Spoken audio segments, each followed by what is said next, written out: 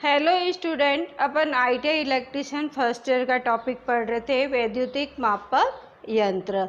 इसकी मैंने 3 पार्ट में वीडियो अपलोड कर दी है।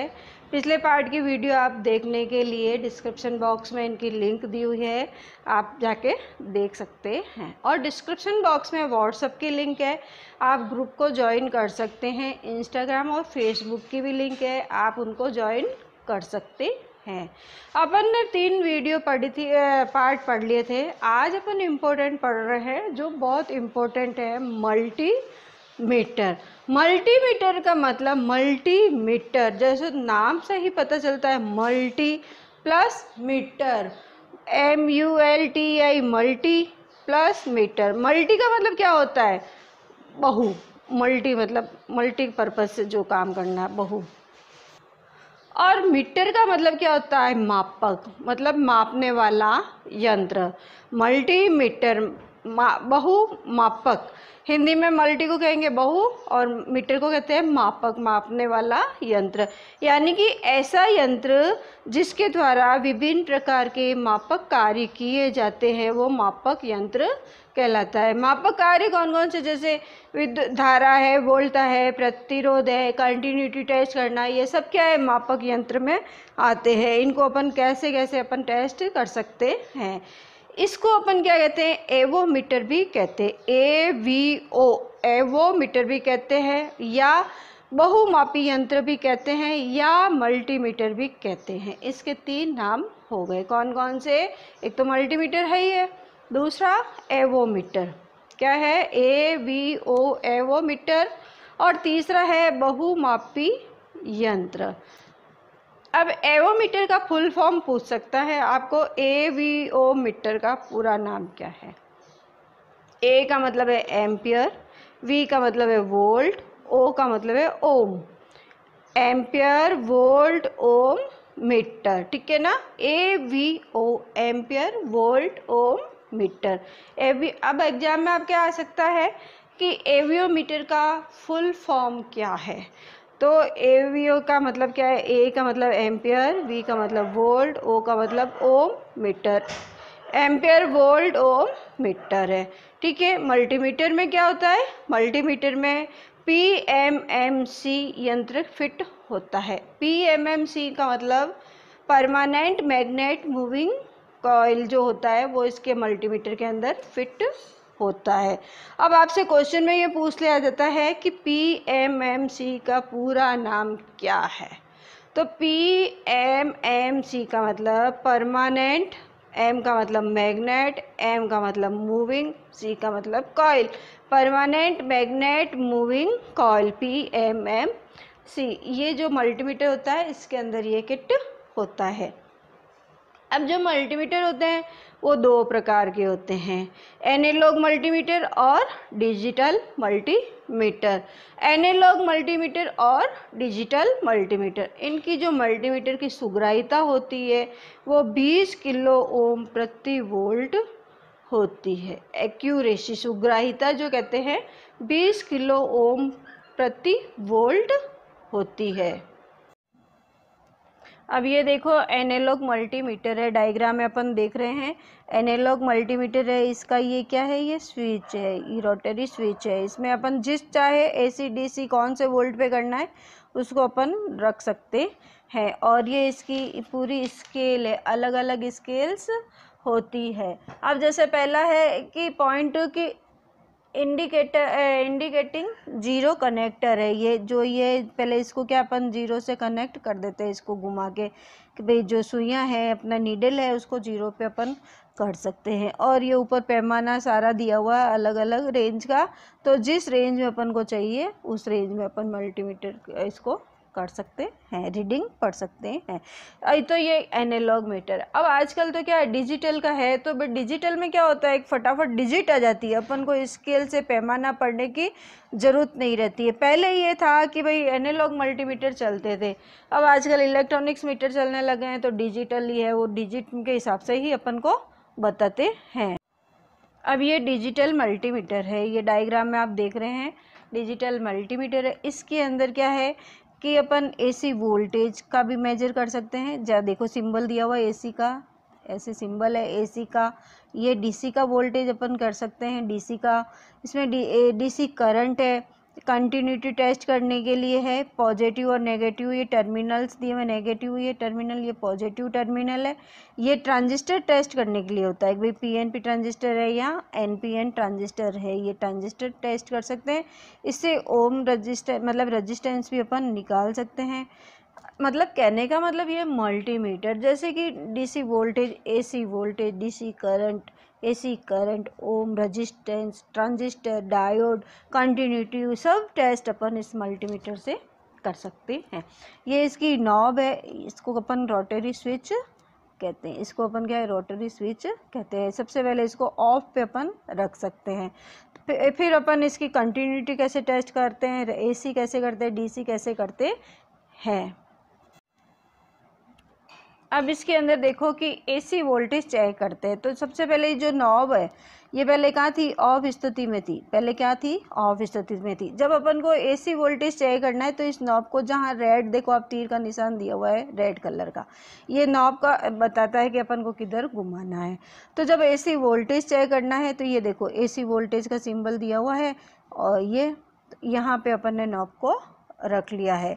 तो नॉब को इसे जो चीज़ चेक करनी है उसको अपन नॉब को ऐसे घुमा लेते हैं, ये हमेशा ऐसे घूमेगी। ठीक है, नॉब को अपन ने जैसे वोल्टेज चेक करना है एसी वोल्टेज, तो अपन ने एसी वोल्टेज पर इसको सेट कर दिया। फिर मल्टीमीटर की रेंज में क्या होता है कि कम से कम 200 वोल्ट, कम से कम 200 वोल्ट और ज़्यादा से ज़्यादा 700 वोल्ट तक अपन एसी वोल्ट चेक कर सकते हैं वोल्टमीटर से। ठीक है ना, तो ये हो गया एसी वोल्टेज नापने का। अब अपन को डीसी वोल्टेज चेक करना है। तो डीसी वोल्टेज के लिए ये देखो वोल्टमीटर, वोल्ट का सिंबल है और ये डीसी का ये अपने ये होता है। तो ये डीसी वोल्टमीटर को, अब जो ये नॉब है इसको अपन ऐसे घुमा के पूरे यहाँ तक लेके आते हैं। ठीक है, तो ये डीसी वोल्ट पर है। डीसी वोल्ट में अपन कौन सी रेंज, मिली में है, माइक्रो में है, सिर्फ वोल्ट में है, इनमें अपन चेक कर सकते हैं।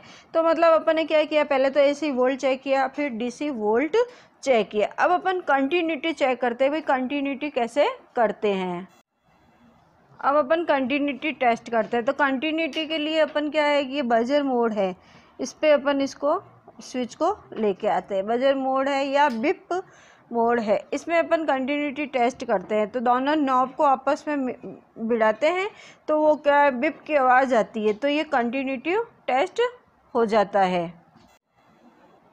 अब अपन क्या करते हैं कि रेजिस्टेंस चेक करते हैं, ओम, कि भाई रेजिस्टेंस कैसे चेक करते हैं। तो इसको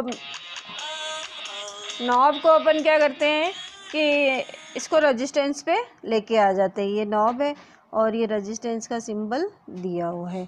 तो अपन को किस नापना है, के में नापना है, के मतलब 1000 में नापना है, किस में नापना है। तो ये रेजिस्टेंस के ऊपर अपन इसको रोटरी स्विच को ले आते हैं तो रेजिस्टेंस भी अपन चेक कर सकते हैं।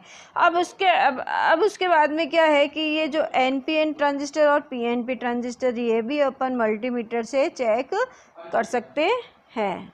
अब अपन एमसीक्यूज करते हैं क्वेश्चंस, क्योंकि आप सभी के कमेंट बॉक्स में बहुत कमेंट आ रहे थे और बहुत सारे मेल्स आ रहे थे और व्हाट्सएप पे भी स्टूडेंट्स ने बहुत बोला कि मैडम एमसीक्यूज कराइए। तो अपन मेजरमेंट इंस्ट्रूमेंट वाला जो चैप्टर है उसके अपन आज एमसीक्यूज कर रहे हैं।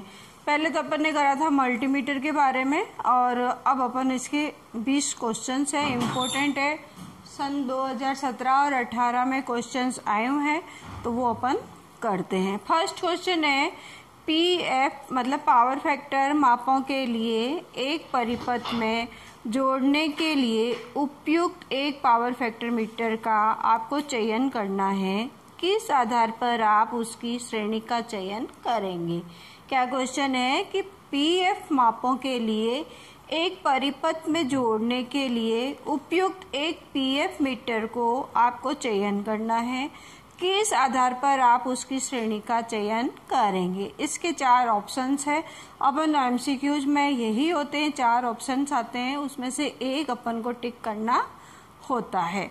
कई कई स्टूडेंट है वो पहले का ए, दूसरे का बी, तीसरे का सी, ऐसे चीटिंग करके कर लेते हैं। परंतु मेरे कहने का मतलब ये चीटिंग करने से कोई मतलब नहीं है, क्योंकि कंपटीशन एग्जाम जब हम देते हैं तो उसमें हम चीटिंग नहीं कर सकते। और ITI पास कोई भी कंपटीशन एग्जाम देते हैं तो ITI का ही पूरा सिलेबस आता है। जब अपन ITI करते हैं तब तो क्या है, चीटिंग करके पास हो जाते हैं, भाई अपन को पास होना है। पर जब कंपटीशन एग्जाम देते हैं तो अपने को दिक्कत आती। तो अपन, मेरे कहने का मतलब ये, स्टार्टिंग में जब अपन पढ़ते हैं तो अपन आराम से पढ़ ले, नक्कल नहीं मार के पास हुए तो ज़्यादा अच्छा है। तो फर्स्ट क्वेश्चन है, PF मापों के लिए एक परिपथ में जोड़ने के लिए उपयुक्त एक PF मीटर का आपको चयन करना है। किस आधार पर आप उसकी श्रेणी का चयन करेंगे? पहला ऑप्शन है भार के प्रकार के लिए उपयुक्तता, दूसरा है मीटर की PF श्रेणी, तीसरा है ऑप्शन भार के लिए उपयुक्त मीटर के वोल्टेज तथा करंट की श्रेणी, चौथा है भार से मेल खाते मीटर की करंट तथा PF श्रेणी। तो चारों ऑप्शन में से अपन को पहले तो थोड़ा सा कंफ्यूज रहता ही है कि अपन इसका आंसर कौन सा करते हैं। तो अपन इसका आंसर होता है जो एक्चुअल में आपको सही लगता है कि यही इसका आंसर है तो ही टिक करें, क्योंकि OMR सीट होती है उसमें अपन एक बार गोले को भर देते हैं तो वापस क्लीन नहीं होता। बहुत सारे स्टूडेंट इरेजर से साफ कर देते हैं, पर इरेजर से साफ करना कोई वैलिड नहीं होता है। तो इसका ऑप्शन होता है सी, भार के लिए उपयुक्त मीटर के वोल्टेज तथा करंट की श्रेणी। ठीक है। सेकंड क्वेश्चन है, छोटे अधिभार समय के साथ परिपथों में करंट मापने के लिए प्रयुक्त अमीटर अन्य विनिभोगों से विभिन्न होते हैं। छोटे अधिभार समय में प्रयुक्त अमीटर का होगा कि भाई कौन सा होता है कि छोटे, क्वेश्चन वापस से पढ़ो, एक बार नहीं, दो बार नहीं, आप आराम से क्वेश्चन को पढ़ो, अपने पास बहुत टाइम होता है। छोटे अधिभार समय के साथ परिपथों में करंट मापने के लिए प्रयुक्त अमीटर अन्य विनिभोगों से भिन्न होते हैं। छोटे अधिभार समय में प्रयुक्त अमीटर होगा। ऑप्शंस देखते हैं, गैर रेखिक पैमाना, दूसरा विस्तारित पैमाना, तीसरा है रेखिक पैमाना और चौथा है उत्कृष्ट पैमाना। तो इसका आंसर होता है विस्तारित पैमाना। कौन सा होता है? विस्तारित पैमाना। ठीक है, आगे करते हैं। थर्ड क्वेश्चन है, यंत्र जिन्हें परिपथ में कभी प्रयुक्त नहीं करना चाहिए जब पावर ऑन हो वे हैं। ये देखो पीछे मैंने सन भी लिखे हुए हैं कि कौन सा क्वेश्चन कौन से सन में आया हुआ है। तो 17 और 18 के क्वेश्चंस आज अपन ने किए हैं, 20 क्वेश्चंस है। उससे पहले मैंने आपको मल्टीमीटर बताया था, मल्टीमीटर को अपन कैसे देखना है, कैसे चलाना है। फिर भी अपन प्रैक्टिकल अपन करते हैं हाथ से, तो ही अपन को कंफर्म पता चलता है कि इसको कैसे यूज लेना है।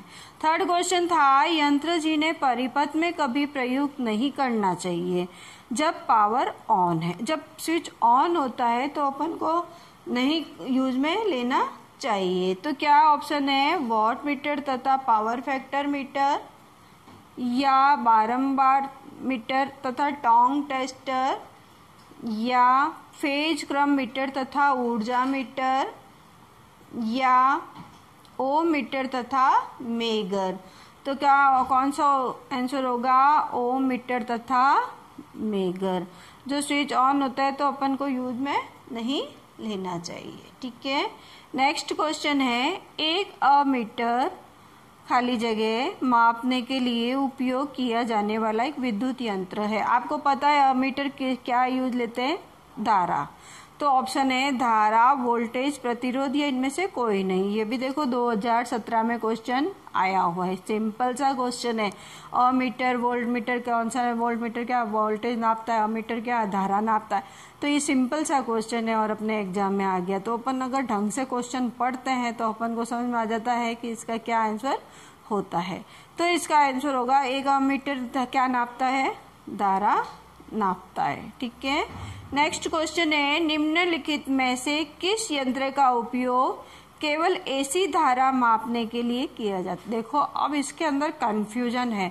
एक तो मैंने आपको बताया था एनसी टाइप और एमआई टाइप, तो बताया था ये डीसी का नापता और एक ये एसी डीसी को करता है। तो अब ये क्वेश्चन ढंग से पढ़ना। क्वेश्चन में ये पूछ रहा है एसी धारा पूछ रहा है, सिर्फ एसी धारा।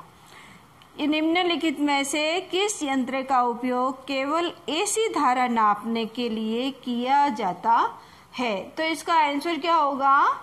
पहला ऑप्शन है स्थायी चुंबक प्रकार का अमीटर, दूसरा इंडक्शन टाइप का ammeter, moving iron volt meter या मूविंग आयरन अमीटर। तो इंडक्शन टाइप अमीटर कौन सा होगा? Induction type ammeter.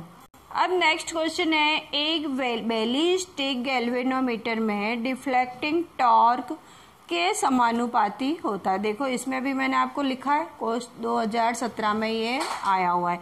पीछे सन दिया हुआ है, कौन सा क्वेश्चन कौन से सन में आया हुआ है। तो पहला ऑप्शन है कॉइल के द्वारा, दूसरा ऑप्शन है कॉइल के द्वारा वर्ग, तीसरा ऑप्शन है कॉइल के द्वारा का वर्गमूल, चौथा है मापे गए का साइन। तो चारों ऑप्शन में से कौन सा होगा? तो इसका ऑप्शन क्या होगा? कॉइल के द्वारा धारा। ठीक है। नेक्स्ट क्वेश्चन है 7वां, एक यंत्र की त्रुटि सामान्यतः के 1% के रूप में दी जाती। देखो इसमें भी मैंने सन लिखा है 2017 में। बहुत सारे क्वेश्चंस आपके 17, 18, 16 में बहुत सारे क्वेश्चंस आए हुए हैं। क्वेश्चन क्या है? एक यंत्र की त्रुटि सामान्यतः के 1% के रूप में दी जाती है। पहला ऑप्शन है मापे गए मान के द्वारा, दूसरा है पूर्ण पैमाना मान, तीसरा है मध्य मान और चौथा है आरएमएस मान। तो इसका ऑप्शन में उत्तर होगा पूर्ण पैमाना मान। ठीक है। तो ये आप देखो साथ साथ आप पढ़ते भी रहो। थोड़ा टाइम बाद में मैं लाइव क्लास भी लूंगी और क्वेश्चंस दूंगी आपको, कमेंट बॉक्स में इनके आंसर लिखने होंगे। नेक्स्ट क्वेश्चन है 8वां, यदि यंत्र का विस्तृत रेंज हो तो यंत्र को होना चाहिए। मतलब कि क्या है कि यंत्र का विस्तृत रेंज हो तो यंत्र को होना चाहिए। तो पहला हो गया मापे गए रैखिक पैमाना, दूसरा है वर्ग नियम पैमाना, तीसरा है घातीय पैमाना, चौथा है लघुगणीय पैमाना। तो क्वेश्चन क्या है वापस से अपन पढ़ते हैं। यदि यंत्र का विस्तृत रेंज हो तो यंत्र को अपन क्या कहते हैं? तो पहला है रैखिक पैमाना, दूसरा है वर्ग नियम पैमाना, तीसरा है घातीय पैमाना और चौथा है लघुगणीय पैमाना। तो कौन सा होगा? लघुगणीय पैमाना। ठीक है। तो ये क्वेश्चन अपन साथ साथ में याद भी करना पड़ेगा अपन को। देखो 2017 में आया हुआ है ये भी क्वेश्चन। मैं आपको यही कहना चाह रही हूँ कि अपन जो भी पढ़ रहे हैं आराम से पढ़ो, ताकि मन लगा के पढ़ोगे तो आपके मार्क्स अच्छे आएंगे। प्लस मार्क्स तो अच्छा आएंगे आईटीआई में, पर अपन को जब कंपटीशन एग्जाम देते हैं तो भी अपन को पूरा आईटीआई का ही सिलेबस पढ़ना पड़ता है। तो अपन को ये अच्छे से अब भी अपन पढ़ लेते हैं तो कंपटीशन एग्जाम के टाइम में अपन को जीके वगैरह, रीजनिंग, इनकी भी तैयारी करनी पड़ती है साथ में। तो जीके बहुत टफ पड़ती है। तो अगर अपने थ्योरी पार्ट पढ़ा हुआ होता है तो अपन को जब कंपटीशन देते हैं तो सिर्फ जीके की तैयारी करनी पड़ेगी। तो इसलिए आप आराम से वीडियो देखो। और आपने मेरे चैनल को सब्सक्राइब नहीं किया अभी तक तो प्लीज़ एक बार सब्सक्राइब कर दो। पास में दिए हुए बेल आइकन में ऑल बेल पे क्लिक करो, ताकि वीडियो अपलोड होते ही सबसे पहले नोटिफिकेशन आपके पास आए।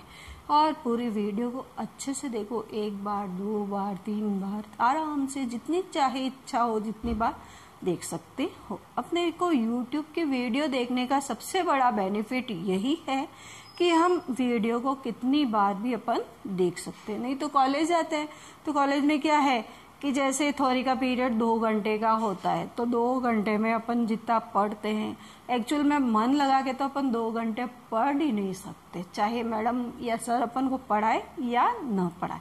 तो अपन उस समय क्या है 2 घंटे में से अपन बेसिकली 1 घंटे से ज़्यादा पढ़ नहीं सकते हैं। और जो मैडम ने पढ़ा दिया है या सर ने हमको पढ़ा दिया है वो अब क्या पढ़ाया था उस समय तो याद हो जाता है, फिर घर जाके अपन पढ़ते हैं तो अपन को याद भी नहीं होता। तो वीडियो होती है यूट्यूब पे, तो वही चीज़ आपका पूरा सिलेबस आपको यूट्यूब पे माथुर्स क्लासेस में मिल रहा है। तो आप क्या है, देखो यूट्यूब पे बहुत सारे चैनल्स है IIT इलेक्ट्रिशियन से, पर माथुर्स क्लासेज का जो चैनल है उसके अंदर आपको IITI का सिलेबस के अकॉर्डिंग कोर्स मिल रहा है। देखो फर्स्ट ईयर का अलग, सेकेंड ईयर का अलग। तो प्ले लिस्ट में आप जाके देखोगे तो आपको जो टॉपिक लिखा हुआ है उसमें टॉपिक के नाम के आगे फर्स्ट ईयर लिखा हुआ है और जो टॉपिक सेकेंड ईयर का है उसके आगे सेकेंड ईयर लिखा हुआ है। तो यूट्यूब पे बहुत सारी वीडियोज है, सब टॉपिक वाइज है, परंतु सिलेबस के अकॉर्डिंग आपको माथुर्स क्लास में ही ये सब मिल रहा है कि भाई first chapter first week, second week, उस हिसाब से अपना वीक्स तो मैंने इसमें नहीं डाला है क्योंकि अलग अलग जगह वो ब्रेकअप सिलेबस बनाते हैं। तो सिलेबस, ब्रेकअप सिलेबस टीचर अपने हिसाब से उसको डिसाइड करता है कि इस वीक में मैं पहले ये पढ़ूंगा, बाद में ये पढ़ूंगा। परंतु जो गवर्नमेंट का NHQ लेवल 5 वाला जो सिलेबस है वो उस हिसाब से ही मेरे चैप्टर्स चल रहे हैं माथुर्स क्लासेज में। तो एक बार आप विजिट करिए माथुर्स क्लासेज की साइट पर जाके। देखो माथुर और माथुर्स इनमें थोड़ा सा डिफरेंस है।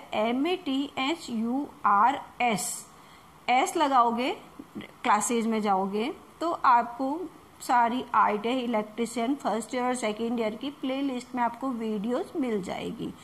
तो बहुत सारे स्टूडेंट के कमेंट आ रहे हैं कि मैडम वो चैप्टर चाहिए, मेरे को नहीं मिल रहा है। तो बेटा मैं आपसे एक बात यही कहना चाह रही हूँ कि आप प्ले लिस्ट में जाके चेक कीजिए कि आपको कौन सा चैप्टर चाहिए और कौन सा है। और कई कई चैप्टर मैंने रखे हैं कि भाई उनको समझाने की जरूरत नहीं है, उनमें से जो MCQ आते हैं मैं वो ही कराऊंगी। जैसे सेकेंड ईयर वाले हैं पावर जनरेशन के हैं और भी बहुत सारे हैं, फर्स्ट ईयर वालों के घरेलू विद्युत उपकरण है। तो उनका एक एक समझाने से कोई मतलब नहीं, क्योंकि वो जब अपन प्रैक्टिकली करते हैं तब भी समझ में आता है, थ्योरेटिकल नहीं समझ में आता है। तो उनके जो MCQ है मैं वही आपको ज्यादा से ज्यादा करा दूंगी कि आपको इनमें से बाहर कहीं नहीं जाएगा। तो अपन ने 8 क्वेश्चन अभी कंप्लीट किए हैं। अब 9वां देखते हैं।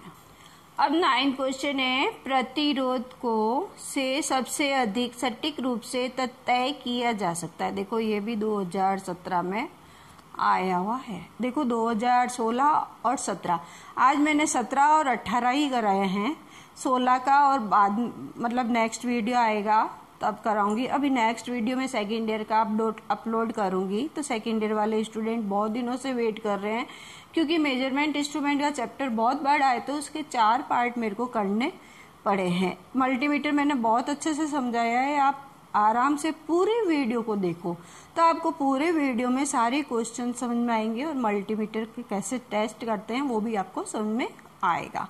क्वेश्चन है, प्रतिरोध को खाली जगह से सबसे अधिक सटीक रूप से तय किया जा सकता है। फर्स्ट ऑप्शन है वोल्टमीटर अमीटर विधि द्वारा, ब्रिज विधि द्वारा, मल्टीमीटर द्वारा या मेगर द्वारा। तो कौन सा ऑप्शन होएगा? ब्रिज विधि द्वारा। ब्रिज रेक्टिफायर से, ब्रिज व्हीटस्टोन ब्रिज से अपन क्या एक अज्ञात प्रतिरोध का मान ज्ञात कर सकते हैं। 10वां क्वेश्चन है, एक यंत्र की पुनः सटीकता को इसके खाली जगह से तय की जा सकती है। एक यंत्र की पुनः सटीकता को इसके खाली जगह से तय की जा सकती है। ऑप्शन है स्टैटिक त्रुटि, रैखिकता त्रुटि, डायनेमिक त्रुटि या त्रुटि का मानक भिन्नता। तो आंसर होगा त्रुटि का मानक भिन्नता। नेक्स्ट क्वेश्चन है, निम्नलिखित में से कौन सा मीटर एक रैखिक पैमाना है? ऑप्शन है थर्मोकपल मीटर, दूसरा है मूविंग आयरन मीटर, तीसरा है ए और बी दोनों, या चौथा है मूविंग कॉइल मीटर। तो कौन सा होगा? Moving coil meter. कौन सा होगा? Moving coil meter. देखो 11 क्वेश्चन अपन ने किए हैं, आप अच्छे से इनको रट लोगे ना तो भी आराम से पास हो सकते हो। और निमी के एमसीक्यूज भी बहुत सारे कराऊंगी, जो निमी ऑनलाइन में आ रहे हैं वो भी मैं वीडियोज अपलोड करूंगी। तो आप रेगुलर अपडेट रहें, वीडियो जैसे भी नोटिफिकेशन आता है आप वीडियो को पूरी तरह से अच्छे से पूरी देखें। हो सकता है बीच में से मैं बार टॉपिक कुछ है, बीच में मैं कुछ और भी करा सकती हूँ, तो आप पूरी वीडियो को। अब अपना क्वेश्चन है, कौन सा इंस्ट्रूमेंट चालू स्थिति में मापे जाने वाले विद्युत राशि की तात्क्षणिक मान को बताता है। ये भी देखो 2017 में आया हुआ है। कौन सा इंस्ट्रूमेंट है जो चालू स्थिति में मापे जाने वाले विद्युत राशि की तात्क्षणिक मान को बताता है? पहला है निरपेक्ष, दूसरा है निर्देशक मतलब इंडिकेटिंग, तीसरा है रिकॉर्डिंग और चौथा है समेकन यानी इंटीग्रेटिंग। तो चारों ऑप्शन में से कौन सा होगा? निर्देशक, इंडिकेटिंग। ठीक है। नेक्स्ट क्वेश्चन है, मानक इंस्ट्रूमेंट के रूप में प्रयोगशाला में केवल इंस्ट्रूमेंट का उपयोग होता है। कौन सा है? मानक इंस्ट्रूमेंट के रूप में प्रयोगशाला में केवल खाली जगह इंस्ट्रूमेंट का उपयोग होता है। तो कौन सा होता है? निरपेक्ष, निर्देशक, रिकॉर्डिंग या समकेलन। तो होता है निरपेक्ष इंस्ट्रूमेंट। ठीक है। नेक्स्ट क्वेश्चन है, इंडक्शन प्रकार का सिंगल फेज वाला एनर्जी मीटर में विद्युत ऊर्जा को मापता है। एनर्जी मीटर मैंने आपको बताया था किस में नापता है? KW में नापता है, WH में नापता है, KWH में या VAR में। तो किस में नापता है? KWH में नापता है। ठीक है ना। तो ये 14 क्वेश्चन अपन ने कर लिए हैं। आप आगे पूरी वीडियो को देखो, आपको समझ में आएगा कि कैसे कैसे क्वेश्चंस आते हैं। अभी अपन 17-18 के ही क्वेश्चन कर रहे हैं, जो 2017 और 2018 में। अब आप इतने क्वेश्चन देख रहे हो तो आपको समझ में आएगा कि इनमें से कितने क्वेश्चंस आते हैं। अब नेक्स्ट क्वेश्चन है, मूविंग कॉइल विद्युत यंत्र में डैम्पिंग की जाती है तो कौन सी होती है? पहली होती है एडी करंट द्वारा, वायु द्वारा, तरल पदार्थ द्वारा या उपरोक्त में से कोई नहीं। तो कौन सी होती है? एडी धारा द्वारा। नेक्स्ट क्वेश्चन है, सिंगल फेज व 3 फेज पावर फैक्टर मीटर किस टाइप के होते हैं? सिंगल फेज व 3 फेज पावर फैक्टर मीटर किस प्रकार के होते हैं? पहला है इलेक्ट्रोडायनेमिक, दूसरा है इंडक्शन, तीसरा है थर्मोकपल और चौथा है उपरोक्त सभी। तो कौन सा होता है? इलेक्ट्रोडायनेमिक होता है। ठीक है। नेक्स्ट क्वेश्चन है, सॉलिड एंगल की इकाई होती है। सॉलिड एंगल की इकाई कौन सी होती है? स्टेरेडियन, रेडियन, डिग्री या लक्स। तो कौन सी होती है? स्टेरेडियन। ठीक है ना। ये 17 क्वेश्चन आपने पूरे कर लिए हैं। अब अपने पास बहुत कम क्वेश्चन रहे हैं, 18, 19 और 20, 3 क्वेश्चन रहे हैं। आप पूरी वीडियो को आराम से देखते रहिए और पूरी वीडियो को देख के लाइक और कमेंट शेयर जरूर करें। व्हाट्सएप पे लिंक दी हुई है, आप उसको ज्वाइन करके भी वीडियो को देख सकते हैं। परंतु आप अगर सब्सक्राइब करके ऑल बेल पर क्लिक करते हैं तो नोटिफिकेशन सबसे पहले आपके पास पहुंचता है। नेक्स्ट क्वेश्चन करते हैं।